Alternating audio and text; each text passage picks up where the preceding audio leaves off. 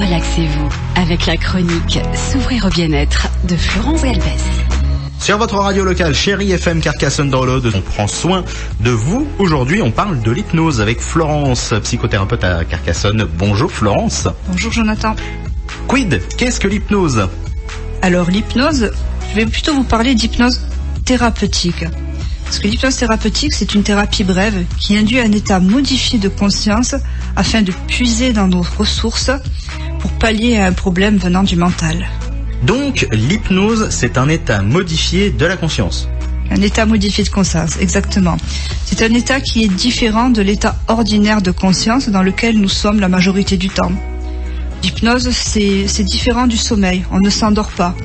Cela se rapproche un peu d'une phase de rêve, mais éveillée. Par exemple, quand vous conduisez et que tout d'un coup vous vous dites « Ah, je suis déjà là », eh bien ce moment où vous étiez en pilotage automatique, c'est un état d'hypnose.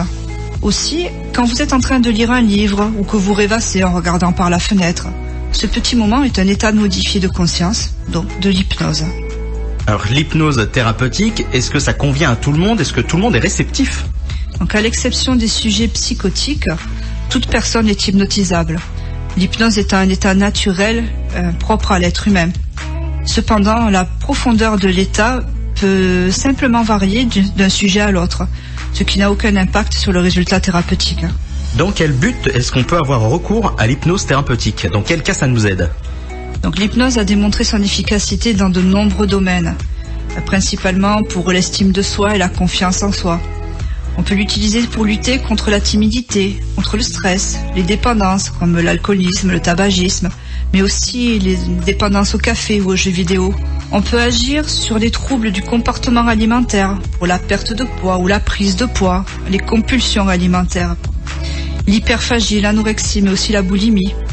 On peut s'en servir pour lutter contre les phobies, pour réduire les allergies ou supprimer le bruxisme, mais aussi sur les difficultés relationnelles et affectives, les problèmes de couple, ou encore pour l'accompagnement dans le deuil ou le pardon, aussi pour la dépression, le mal-être, pour apprendre à gérer les conflits, les blocages émotionnels ou le lâcher-prise. Également pour la préparation mentale, pour les examens, la réorientation de vie, les performances sportives. De même, pour un suivi en développement personnel ou en coaching. Et enfin, on peut apprendre l'auto-hypnose pour davantage d'autonomie.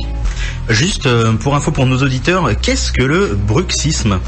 Le bruxisme, c'est quand on grince des dents pendant la nuit. D'accord. Généralement. Très bien, je ne savais pas, donc j'ai appris quelque chose. C'est important. Oui. Pourquoi parle-t-on de thérapie brève ? Alors l'hypnose ericksonienne est une approche dite brève, ce qui signifie qu'elle apporte généralement des résultats rapides.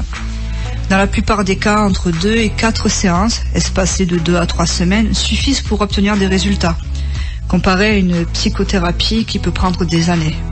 Donc l'hypnose, ça dépend peut-être aussi des personnes. Il y en a qui n'ont pas besoin forcément de beaucoup de temps. C'est propre d'un individu à l'autre. Tout à fait. En une séance, on peut avoir résolu le problème, alors que d'autres personnes vont demander 2-3 séances supplémentaires. Voilà, pour un même problème. Et comment ça fonctionne justement ?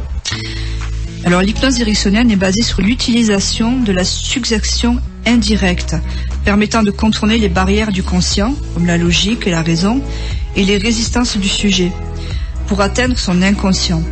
Donc l'hypnothérapeute peut aussi utiliser des suggestions directes dans l'accompagnement de la personne. En fait, l'hypnose permet de faire un pacte entre le conscient et l'inconscient pour aller mieux, tout simplement.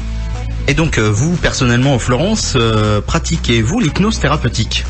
Et oui, je suis maître praticienne en hypnose ericksonienne, soit hypnothérapeute.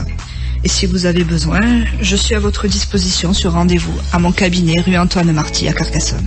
Et bien voilà, où est-ce qu'on peut retrouver toutes ces infos, Florence ? Alors vous pouvez les retrouver sur mon site, s'ouvriraubienêtre.fr, ou sur ma page Facebook, Florescence, s'ouvrir au bien-être.